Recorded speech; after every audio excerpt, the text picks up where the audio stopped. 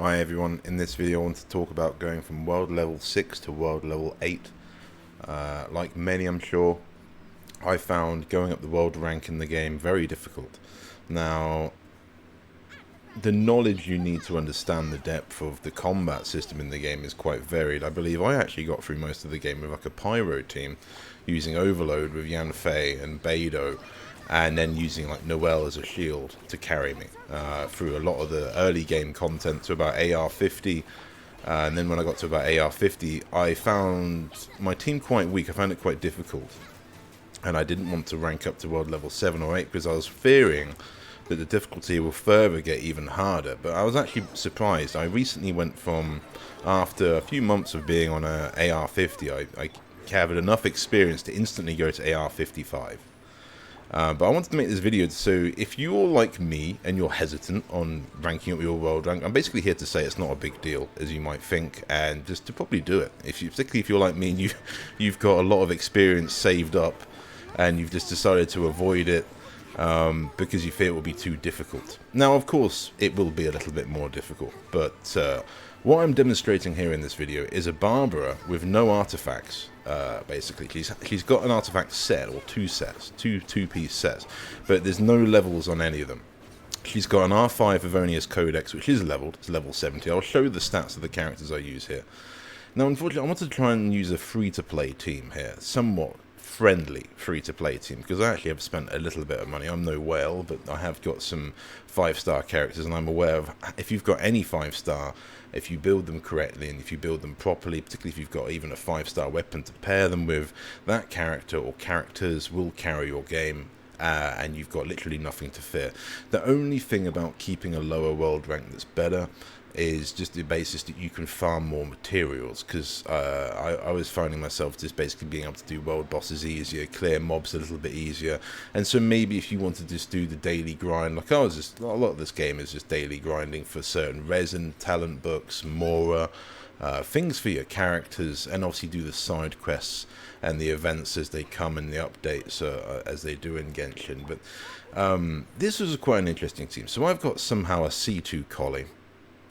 These characters here are all mediumly built. No one's max stats on the artifacts. So Zhangling, I believe, is actually C4. Recently got C4, but their talents are all like level 5 to 6. With all of them, no one's got any higher talents than that. I say other than Zhangling, obviously, with her constellations, but this is probably the friendliest team I could make in terms of a video, because my other characters are obviously a bit harder to get. You need to be on the banners, and most people will have Collie, Barbara, and Zhangling, but it's Sucrose that's probably a little bit difficult to get. She's quite difficult to get for me, but she is very game-changing. She's actually got an R3 sacrificial fragments in this video, so again, a good book for her, but it's got a bit of, something that wouldn't be exactly what you would have at the beginning. But I would suspect anyone at this sort of world level 6 would be in this situation where you've got some 4-star support characters that are very good, that are half built, and they've got some half built artifacts on them as well. So this is it. This is world level 8. I just wanted to see how this team would do. Of course, they face a few problems. I try one of the bosses in Sumeru, just as a test, basically, and find that Sucrose isn't the ideal match in that setup, and so we switched Sucrose out for Fischl. But overall, I'm actually a bit annoyed I didn't do it sooner. I don't know what it is. I think it's because the difficulty scaling from the previous world ranks, from say going even from like 4 to 6, is quite a lot, and I actually struggled a bit with it, and I got quite upset because 1 second your characters are feeling nice and powerful, the next second you're not doing anything and things have to change. You have to change a different weapon, or maybe an artifact set you had isn't good enough, like, you have to swap from say the Berserker set to maybe a Gladiator set that you start getting, and the Wanderer's Troop set starts coming in. I believe Sucrose here's got a Wanderer's Troop set on her, which is Elemental Mastery, that sort of thing. And so it's all fairly free to play with this, as I say, and I think this demonstrates a good point with Barbara literally just being used to apply hydro and used for healing. Obviously she would be a fantastic healer and she'll do more damage if she was built, but I kind of just wanted to do this, as I say, to prove a point that it's not that big of a deal as you might think. And this is the same world rank that any high level a player is facing. I don't believe it gets harder than this. And so, unfortunately, with the recent drama in Genshin, they've been talking about that there's a lot of the sort of people that spent a lot of money in this game got some very strong characters, got some very strong accounts. Maybe constellations and 5-star characters. They've spent a lot of money because they enjoy the game, and I can understand possibly their frustration more now, because I was anticipating this jump to be so much more than it was in difficulty. And it's not to say it's bad. There's still, my characters still get one hit. Most of them only got 10,000 HP, and most decent bosses will probably kill them in about 2 hits. So you have to be careful. You have to be able to dodge. It's not so easy. And I'm sure mobile players have a little bit of a harder time with the movement mechanics of the game compared to PC. But regardless, I was quite shocked here at actually how well this team just did. For example, this isn't a team I usually run. It's just I've been building up my supports recently, and I decided just to basically use this as a showcase video. Of course, people will build these better. There's better ways to have them. There's better teams to have them in. But obviously, you pair a 5-star with any of these sort of supports, and they will carry your game. I recommend looking at the YouTuber Mtashed. His content has helped me a lot. I'll actually I'll link his channel in the description. There's no affiliate or anything. It's just how much his content has helped my Genshin account. He's definitely recommended for me. As well as I use a website called Genshin Builds, which you don't have to follow these websites or guides to what other people do. It's just as it is. It's a good guide. It gives you an idea. You have to go with what artifacts, for example, I get. I just go with what I'm given. And I find more or less that the game, particularly with the gacha system, if you need a weapon for a new 4-star you've got, most likely you'll probably get one in the gacha system. It does seem to be fairly consistent with something you need, whether it be an artifact set or a weapon set. If you keep spending your resin in the right places at the right time, I just feel you'll end up getting lucky eventually, and you'll get something that's usable. Not necessarily perfect. I believe the artifact game is, to be honest, the end game in this. Constantly perfecting your characters and improving their damage and output. So this was what I actually played a little bit here before, and I actually struggled with this using the previous team. And I tried putting Fischl in instead of Collie. That didn't really work. And so you can see here we're doing some okay damage, but you're going to want to do a lot more damage than what this team is doing here. I say this is mainly my supports, just having some fun with a Barbara that's not even leveled. We lose Jiangling. And I actually have a few more attempts at this just to see if we could do any better, but I couldn't. Food is an interesting one. I've not actually used food items much in the game, other than, say, the egg for reviving people. And particularly when I was sort of AR 40-ish, around there, I was using a lot of the crit rate food on certain bosses. Like the boss for Yanfei, I can believe can be quite tricky, so like using some crit rate food. The jade parcels, I believe, was what I used, which are quite hard to farm, but once you can farm the materials for those to make the jade parcels, it can make some boss fights really easy, and that 300% crit rate or whatever it is very good. It might not be that high, it's something quite good though. But overall, I've never really used the food items, but I'm sure that a lot of people do rely on those, particularly if your characters aren't up to scratch. I'm surprised I actually fight this long here. I probably shouldn't have left this all in, but it's okay. It's okay. Doing some live commentary as we see my previous self struggle.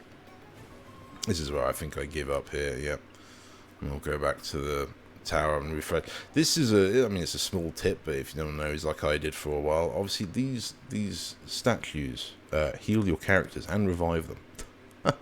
So I went through a lot of food items, but I think it's something you learn straight away. I somehow forgot in some of my early game, and so I was constantly using like loads of food to try and heal my characters, revive the characters. So going over here, this is where I go over the characters a bit. You've got the stats. I say no one's too special. You've got Jiangling of like 1,000 damage, Dragon's Bane, rank 70. Everyone's weapon, give or take, is rank 70, at least 70 out of 80. Most of my characters are all 70 out of 80, and I think that's a good point to take them. So like here, like all my cups, you can see all my other characters aren't that max leveled at all. We're quite a way of doing that. We've got our Barbara here, who's literally got no artifacts on her whatsoever. She's just literally got some default unleveled stuff. which I wouldn't recommend at all. That's not normal. But she's got Favonius Codex R5 because I don't really want to use it before. I will build her eventually, but I think I had her built at one point, wasn't very good, and I put her artifacts into other artifacts, so she's been left with nothing. It's the unfortunate case of this game, you have to use it. She's got no constellations, and her talents are barely leveled, which could do with obviously a bit more there. Xiangling, she's a C4 there. I didn't show that, so we showed that again here. We've got 5, 5, and 9 on her talents. We've got Collie with a Favonius bow, a bit of Dendro damage, a bit of energy recharge, and some crit rate. I actually got some nice artifacts for her straight away. I barely had to farm anything for her, really. I just did a domain a few times and ended up getting quite lucky for what I deem is acceptable. But you can chase artifacts all day long, really. There's so much RNG. Obviously, it's the substats that are important, as well as the main stat. But the substat is ideally what you're looking at in the long term. We got Constellation 2, so I believe we got a free one about an event ago. Did I get another free one from event? Actually, I got 2 free with events, I believe, actually. And then I got another one on the permanent banner. I've got a lot of luck on the permanent banner. So, yeah, I recently got Kudro Sara off the permanent banner. So it can really get all sorts off the permanent banner. I wouldn't really listen to what people hate on that banner. It's done quite well for me. I've got Sucrose with a Wanderer's Troop. I'd say she's got a Sacrificial Fragments, Elemental Mastery, Anemo Damage, which you could probably change that Anemo Damage for more Elemental Mastery, but it was a nice piece, and it seems to work good. She's C2, got that on a banner a while ago. I was very happy once we got Sucrose, and immediately I think got her C1. Actually, I think we got Sucrose, and then straight away after I got her C1, which I was very happy about. Ideally, you want constellations, obviously, on a lot of characters, but these for her for sure it helps. I think she gets an extra swirl. Made a massive difference in her gameplay, and got her talents up to 6 there. But this is where we change it. So we change out to Sucrose Official. I believe I showed my official set afterwards. Official's got a Thunder Soother set on it. Not the best set probably for her, but it's something that works. And it's barely leveled. These are all like level 10, 13 level artifacts. They're not max leveled. And I believe there's a mixture of purple in there still as well. But this is where this team works quite well, is just getting as many reactions in as we possibly can and just kind of spam it. And obviously it depends on how much energy recharge a lot of your characters have. But Official's got a Stringless as well, which gives you Elemental Mastery. It's what's recommended, but to be honest, she could probably have a different bow compared to that one. But overall, I was very surprised. I was trying to see if we could do it. This is probably the closest to a free-to-play team I could get. They gave Fischl out for free a few events ago, and I think she was free unit before I started playing, probably near the beginning, I'm not too sure. But they're usually always giving out occasional free 4 stars. And these are almost the sort of base of the game now, these 4 stars. And obviously, as I said before, you pair them with anyone, and they'll usually slap. There's almost an infinite number of combinations you can use because you can build them completely unique. But obviously there's a recommended within the community. So anyway, enough talking for that. I'm going to leave that there. I'll let the video play on. If you enjoyed this, please leave a like. If this helped you, please leave a like. And if you're new, subscribe, and thank you very much for watching.